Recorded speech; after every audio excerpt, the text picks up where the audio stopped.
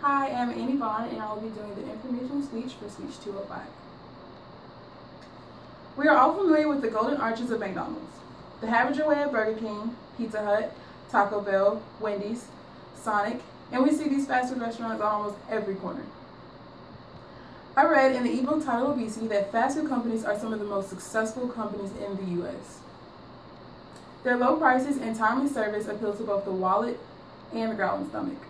Unfortunately, these fast food restaurants and many other causes have contributed to the creation of this monster that we call obesity.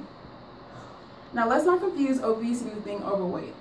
I learned through the U.S. Department of Health and Human Services that overweight is having excess amount of body weight, which includes bones, muscles, water weight, whereas to be obese is to have too much fat.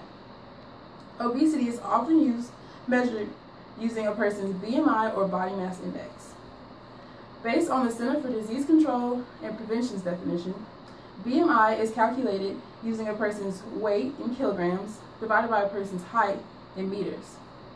According to the Peggy Wordsmith's article, in order for a person to be obese and placed in that category, they must have a BMI of 30 or more.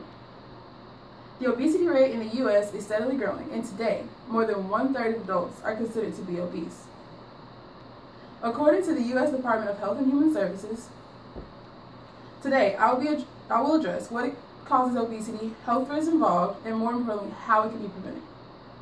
It is easy to spend our days watching our favorite TV shows all day and eating whatever we choose, whether it's cake, french fries, ice cream, etc. I wish it were that easy, but unfortunately this lifestyle, and it has its consequences. When you eat fatty foods and fail to burn them off, what you intake, it will build up. Unhealthy eating habits and a lack of physical activity can contribute to a person becoming obese.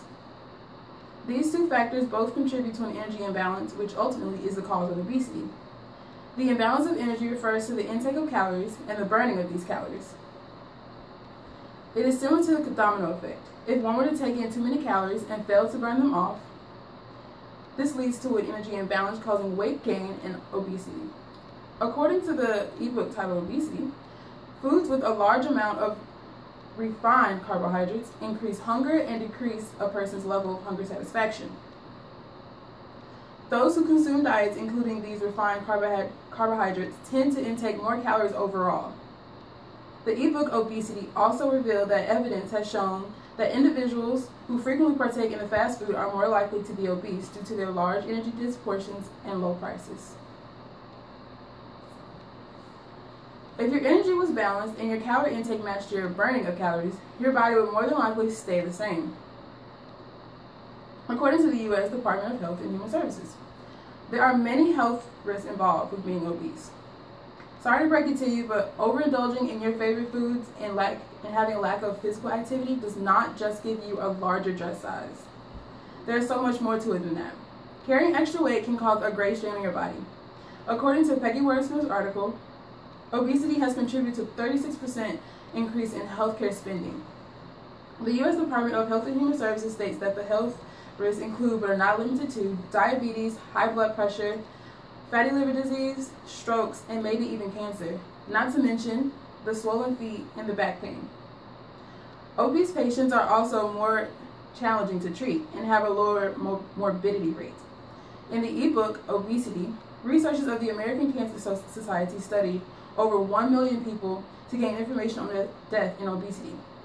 In the end, studies showed that those with the highest BMIs had 2 times the risk of death. Fortunately, these health risks can be avoided altogether, and hearing these risks alone should convince everyone to make better lifestyle decisions in your day-to-day activities.